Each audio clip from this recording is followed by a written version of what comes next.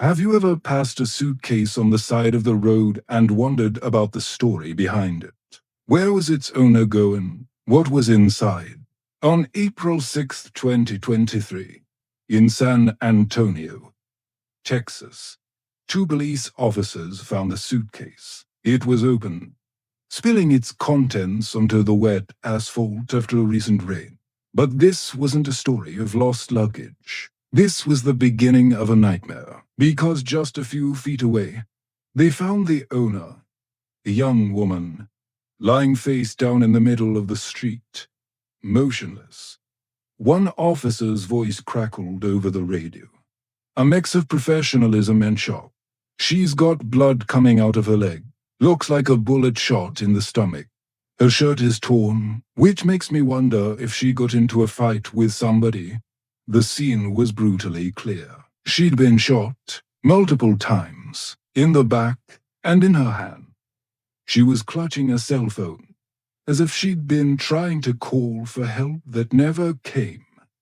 But here's what didn't make sense. This was a residential area. People lived here. A woman is gunned down. Her suitcase left behind. Nothing. Number 911 calls. No screams reported. It was as if she'd just materialized there. A victim of a ghost. One officer muttered a theory. A chilling scenario. She was getting out of the car, and bam. He was behind her.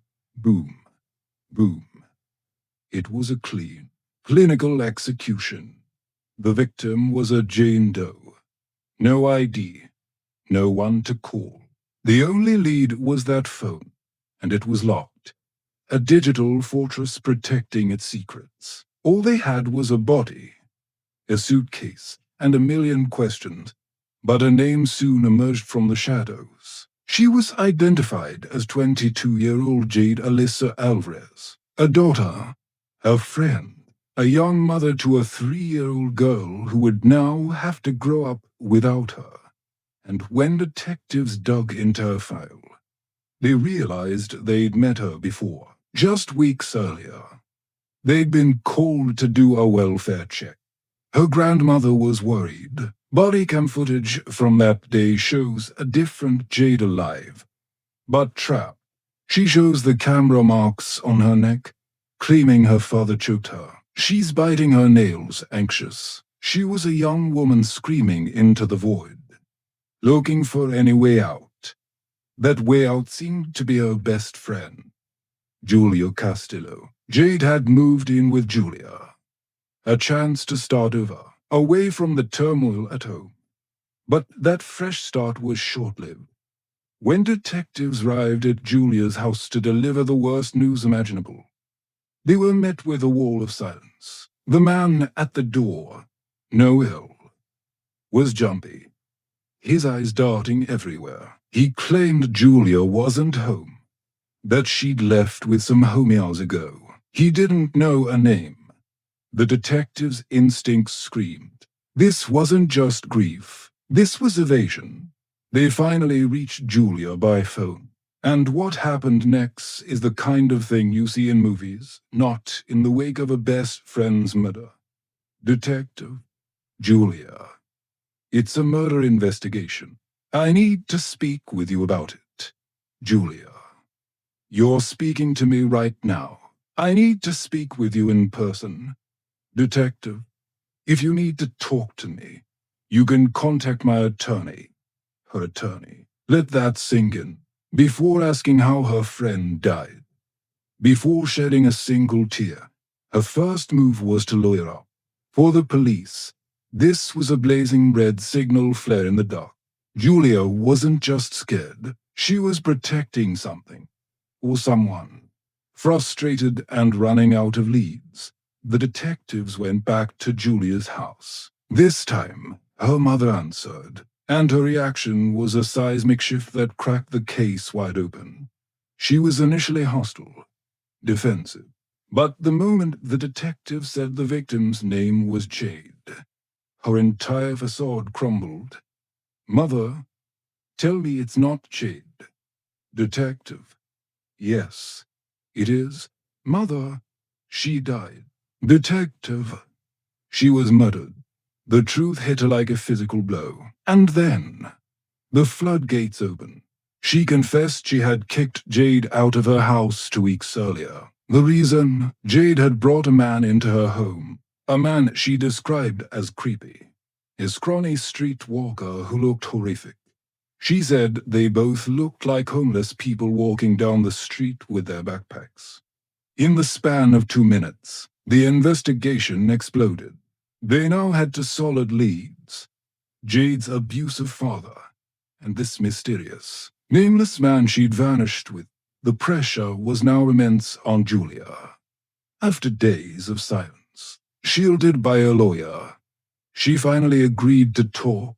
She sat in that interrogation room, her attorney by her side, a portrait of nervous tension, and she began to lie.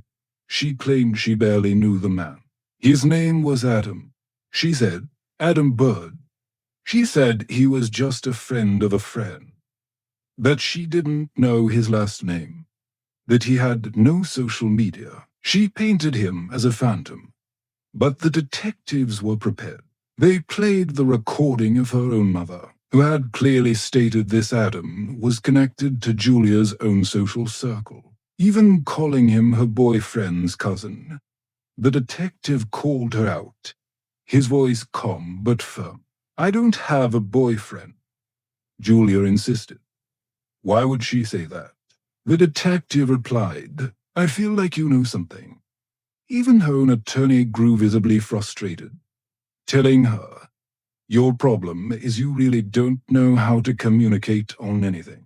Just answer his questions. The walls were closing in.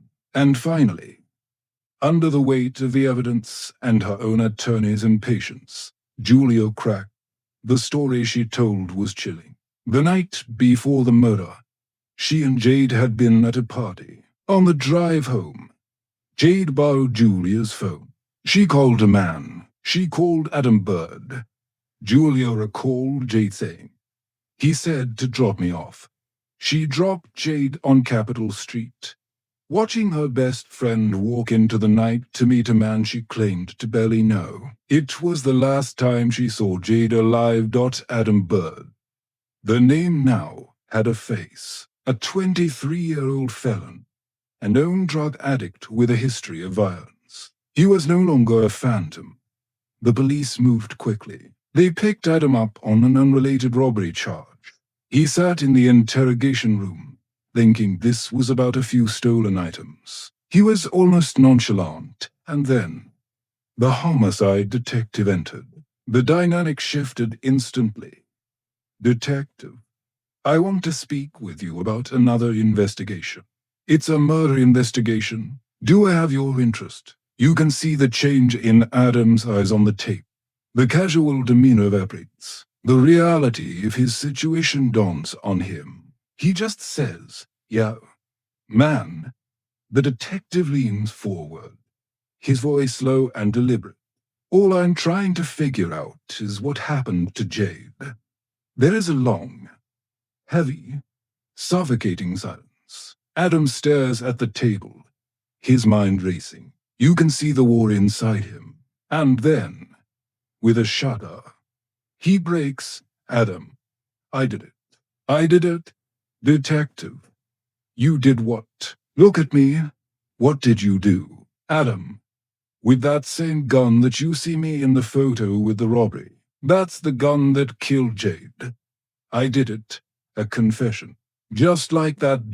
But a confession without a motive is just a hollow fact. The detective needed the why. He pushed. He appealed to whatever shred of humanity was left, telling Adam that Jade's family deserved to know. And then Adam revealed a motive so twisted, so devastating, that it redefined the entire tragedy. He believed Jade was pregnant. He was convinced the child was his. I've never had any children, he said, his voice cracking with a perverted sense of loss. I've been wanting children forever. And he claimed Jade didn't. He said she was drinking, doing drugs, and even, he alleged, told him to punch me in the stomach. Then, in a monotone devoid of any emotion, he described the murder, an argument, a gun in the pocket of his hoodie. "I go like this," he said, miming the motion, "and it just pulls instantaneously." The gun fired. It jammed. He cleared it and fired again. He walked away, leaving her for dead. But then he stopped, and he ran back. Why? He told the detective, "I didn't know she was dead or not. I didn't want her to suffer." So what did he do? He stood over Jade Alvarez, a young mother lying helpless on the ground, and he shot her in the head, an act of mercy from her killer. His final, pathetic justification: "She just didn't want to have my baby, man. I thought, there's going to be another chick that's going to kill my seed." A life erased. A little girl left without a mother, all over a pregnancy that may never have even been real, a figment of his desperate, violent obsession. On March 25, 2025, Adam Bird was sentenced to 40 years in prison without the possibility of parole. He will be an old man when, and if, he ever sees the outside world again. But the story doesn't really end with a gavel. It ends with a silent, empty room in a grandmother's house, and a child who will only ever know her mother through photographs, and a story that is too tragic for any little girl to ever have to hear. Pause. Look directly at the camera. This was the murder of Jade Alvarez, a story that proves that sometimes the most dangerous monsters aren't hiding in the shadows. They're the ones who promise you safety, only to lead you to a dark street on a rainy night.